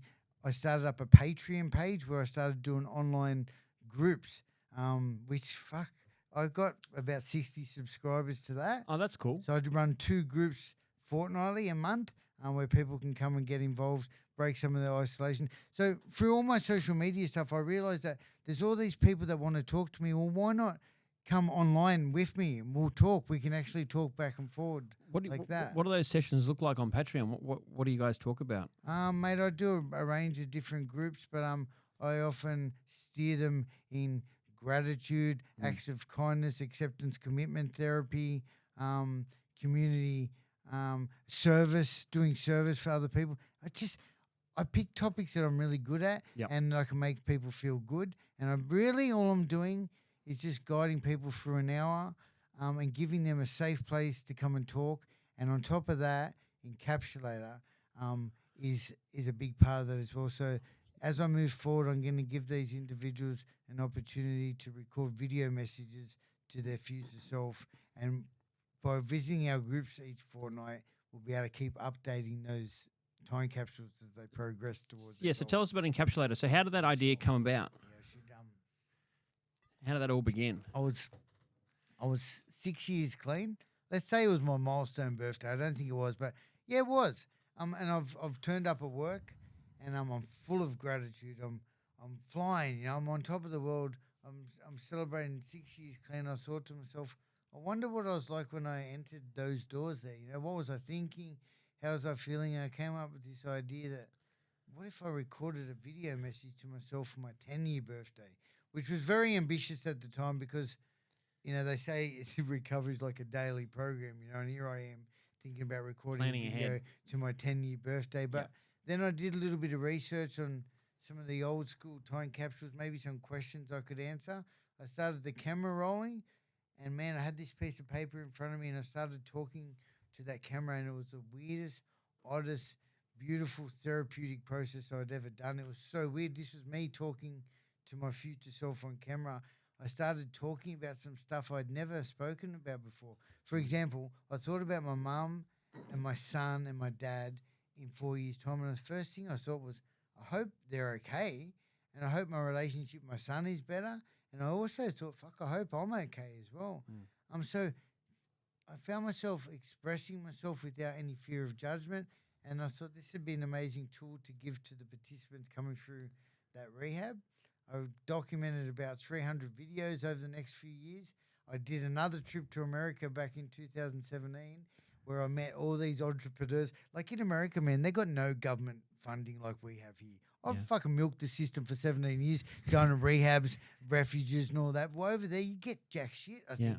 And what I discovered is there's all these entrepreneurs, and they gave me the inspiration to come home and start and develop my time capsule concept into Encapsulator. So I'm the founder of Encapsulator. We provide time capsule video programs allowing individuals like you and I to record messages of love and hope to your future self, identify your hopes, your dreams, your fears, your future aspirations on camera, and this gets locked away into our secure time lock vault to be discovered at a date that you choose in the future. Sorry, that was the pitch.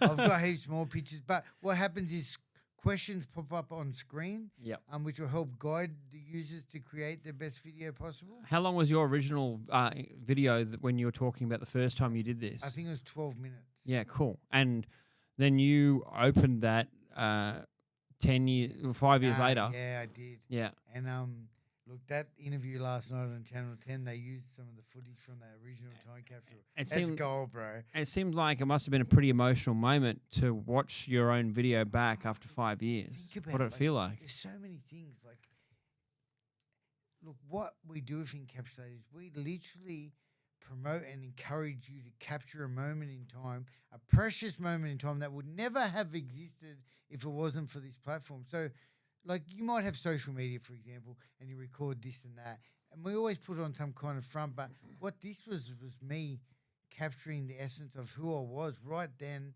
I'm talking about my feelings, talking about my loved ones, and to watch that video, you just give me mad goosebumps, and just to think like all the things I spoke about in that video, I'd achieved them. Crazy thing is, my 5-year-old daughter didn't even exist then. Wow. I think I spoke about wanting to buy a house. I fucking bought a house. Oh man, it just goes on and on. I even said, I hope I've got a mad Volkswagen.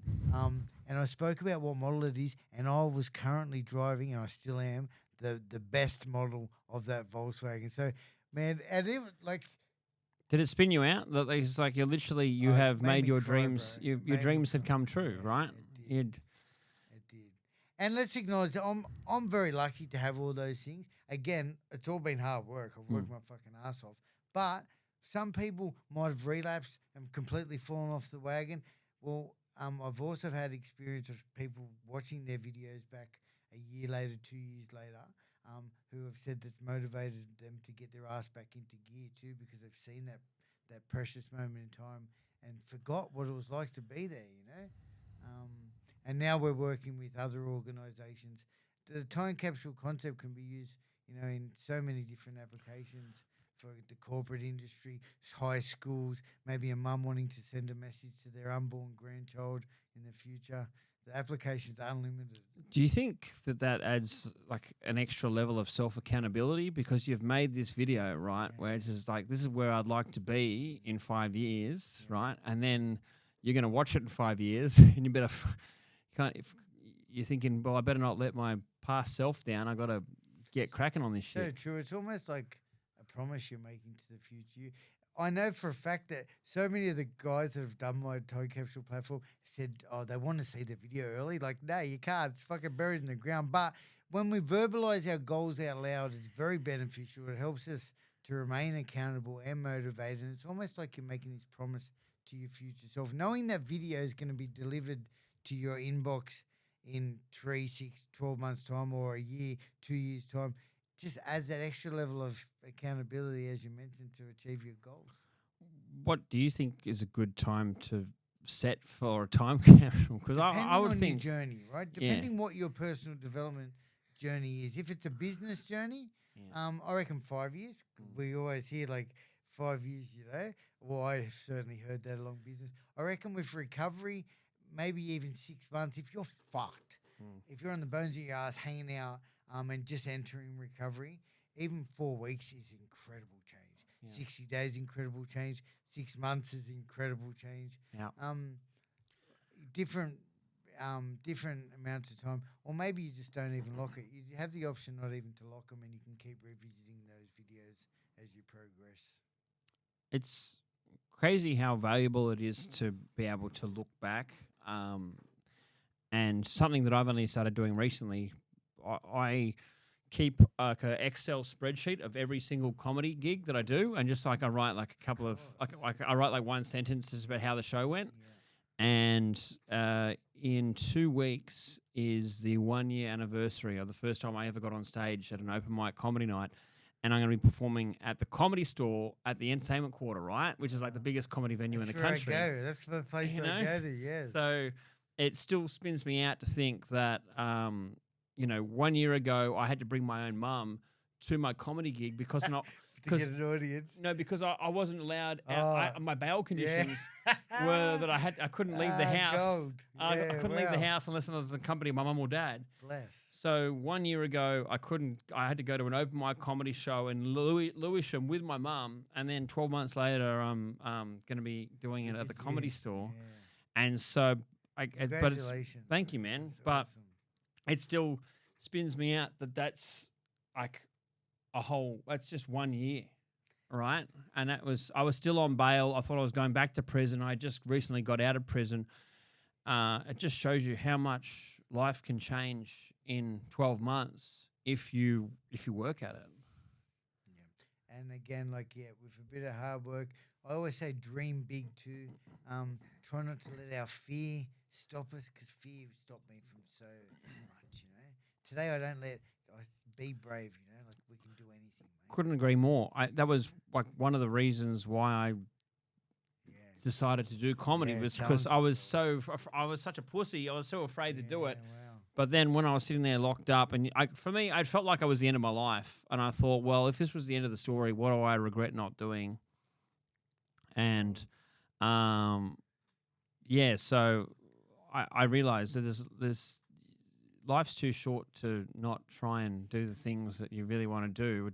And if you're sitting there resisting them because you're afraid, you're just letting yourself down. That's such a good point too. And like, I really think this is like one of the biggest things in life, or lessons in life. There's that movie, I think it's called My Family Bought a Zoo. I think that's one. But there's this 20 seconds of extreme courage. There's this line they talk about, 20 seconds of extreme courage. And I think that moment, this chick's walking past the window and he wants to ask her out, and he ends up going something like that, and he asks her out. But he talks about just that, having that 20 seconds of extreme courage, that if you don't take that opportunity, you may never know what could have happened. Like, I love that concept, you know? Yeah. If we can practice that in everything we do, like, you don't want to miss out.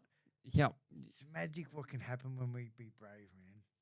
Sitting there wondering as you get older, what if is much more terrifying, I think, than the fear of whatever you wanted to do in the first place.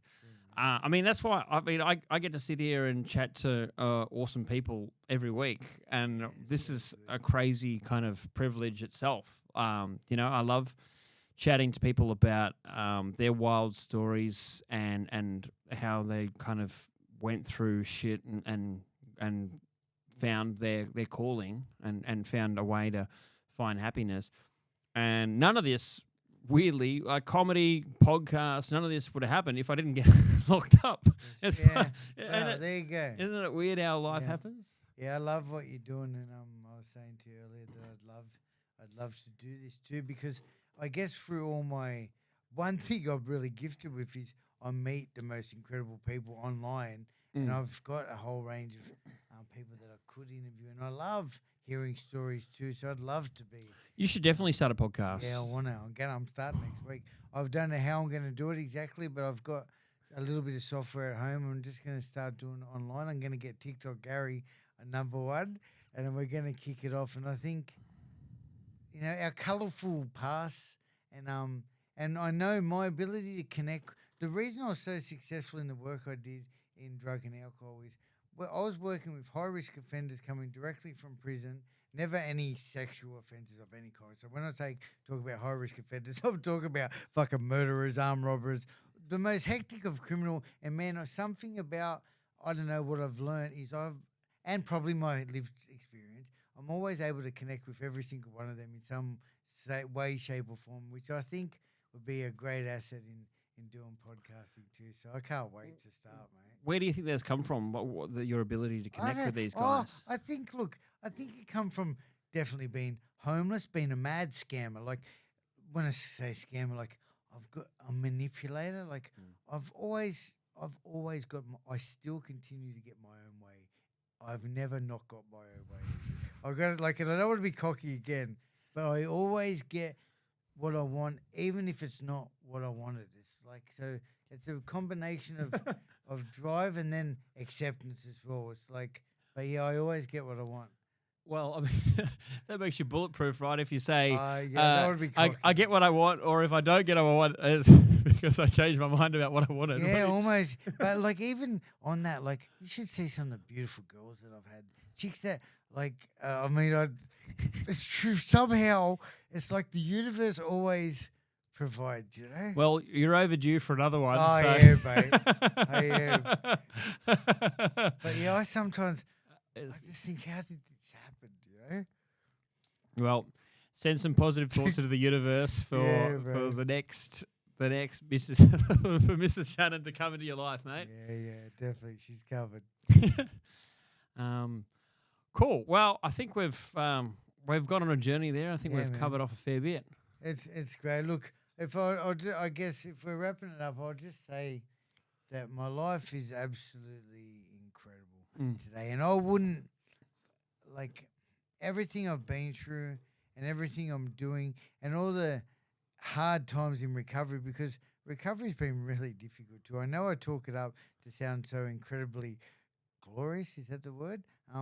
But there's been a lot of really hard times too. I want to, give a couple of shout outs to all the addicts, the people that I've known that are dead now due to heroin overdose, a couple of suicide, alcohol related deaths. But mate, it's countless amount of guys and a couple of women that have died from heroin overdose in my time. How many overdoses did you have? Oh man, yeah. I had about 15 overdoses. I used to get broken ribs from the paramedics giving me CPR. Fucking hell. And I remember that memory, nursing those broken ribs around for months.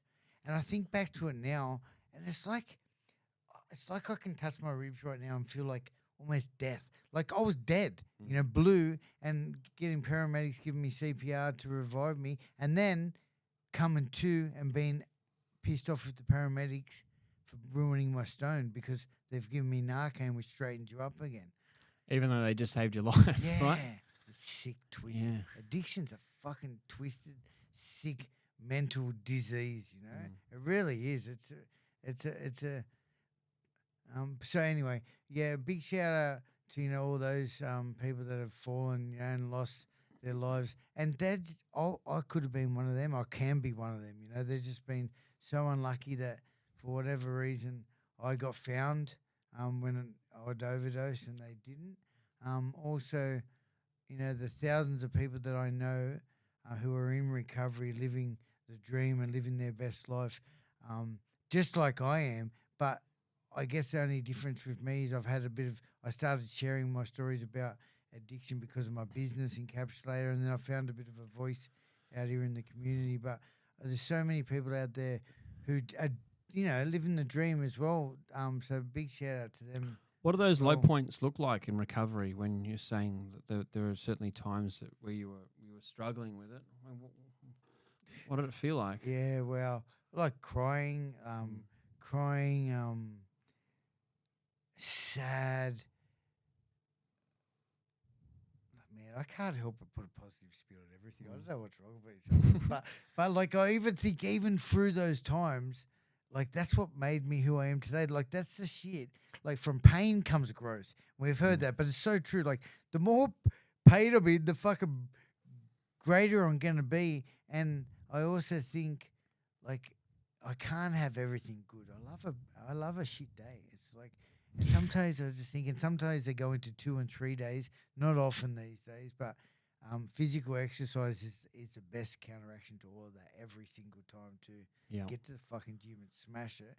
Because if I'm under a bar lifting 140 kilos, which I can do at the moment, all I'm thinking about is lifting that fucking bar. Otherwise, I'm going to be crushed. So it simplifies things. Yeah, a bit, it's such a beautiful way to sort of get in the moment and get the natural endorphins going to sort of bring me back. But yes, my mental health, I've got to say, is quite good compared to a lot of the people I know. I don't know if it's because all the exercise and all the counteraction stuff that I do that I've been able to maintain my mental health. Yep. But yeah, like I do know a lot of people really, really struggle. And I don't want to say that that's an excuse to give up, because I still think I've seen people absolutely going through extreme paranoia, schizophrenia, and still recover. I've seen them come out of it.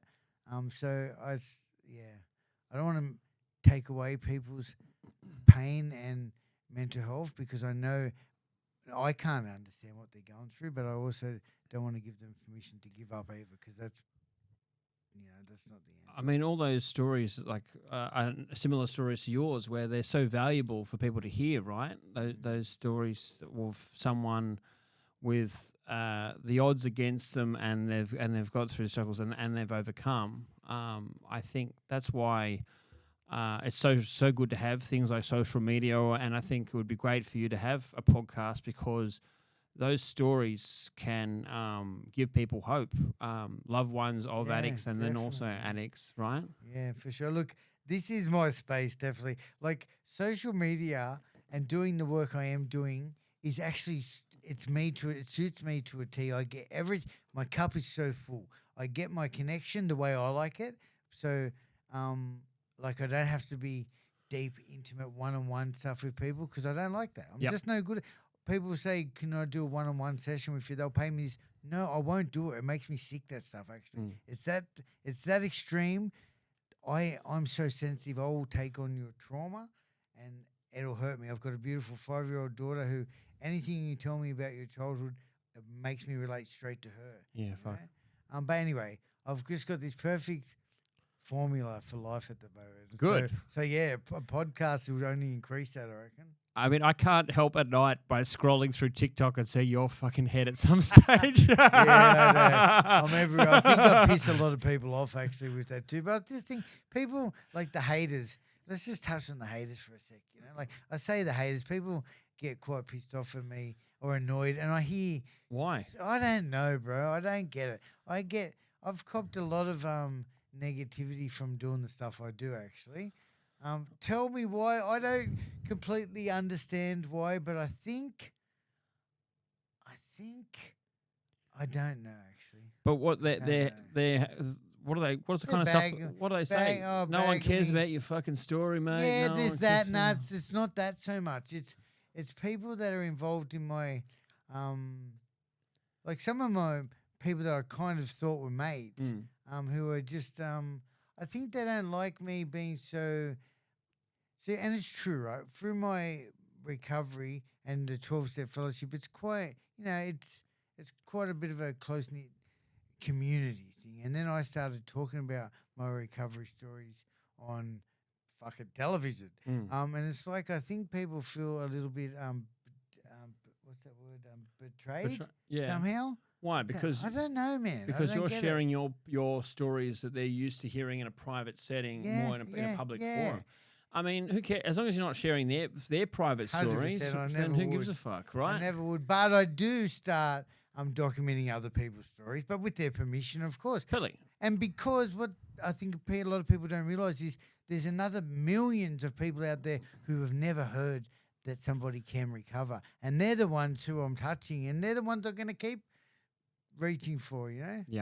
Yeah. So fuck the haters anyway. I had similar guys message on TikTok because I started posting like content about my time in jail, right? Or like my prison food reviews because I thought that was funny. I reviewed all my meals when I was in prison and there'd be guys going like, "Cunt, you're only in prison for 4 months." And I was like, yeah, but it was enough for me to lose my home, my fiance, my dogs, my business. Like, I lost all my stuff. And it was enough to change my life. So, I mean, how long do you need to do to like have your life change and talk about it, right? Look, anyway, it's the human race, right? There's always going to be judgmental people for whatever reason. Yeah. As long as we're happy, it really is that simple. If you're not hurting someone and if you're doing what you love, why wouldn't you keep doing it? Yep. Yep. I mean, fortunately, what that guy, I think a lot of people come from just places of their own pain when they like haters online. But if you Definitely, try and mate. communicate them, usually they back down. Like that, Mate, so true. I get a lot of trolls coming Yeah. on TikTok, Yeah. and my mods always want to block them. I go, no, just let him go for a little bit. Yeah. So I like to convert the trolls, I call it. And I've converted heaps of trolls because if someone bags you and you go, mate, I'm sorry that you felt like that. Are you okay? Sometimes I'll come back and go, you know what? Sorry, that was just out of anger. And then they become fucking team members. exactly right. They come followers and then maybe Yeah. even advocates, Yes, right? mate. So Yeah, so fucking Yeah. just share love, mate. And if that, it's all good. It's all good, bro. yeah, I post these stupid prison food reviews of Yeah. my meals of like 125 days I in could see jail. that it'd take off. Yeah. And I mean, it's gotten some news coverage, and people have like messaged me and said this brings me closer to my loved one who's in jail, right? Just knowing There what the you food's go, like. Yeah. So people have gotten value out of it, but then other people have just said, what's the point of these? I don't get it. So, well, if you don't like, I'm not making you watch them, you know? Yeah, I don't understand. You're right. That's exactly right. So it's people that have been there, which is what they're the only people that are bagging me. For some reason, it's something, I'm taking something away from them. And I don't want to do that because I hate not being liked. I really do. I hate that. But at the end of the day, like, I like me too, and I want to keep liking me too. So I just got to try and minimize that stuff as much as I can. Yeah. Just find the right balance. At the end, we're like we said, we're blessed. You know, I'm blessed to be here, and hopefully I can continue doing this stuff, bro. I feel very blessed, you know, that I have my health, that I get to get up on stage most nights and make random people laugh, and hopefully try and bring some joy to their life. And then I get to do this podcast with awesome people like yourself. I'm on a good wicket, you know. Thanks so much. No worries. Well, we'll leave it there. Danny, Shannon, it's been a pleasure. Thanks so much, Andrew. Pleasure, mate. It's been another episode of Shit's Gone Sideways. Shit's Gone Sideways.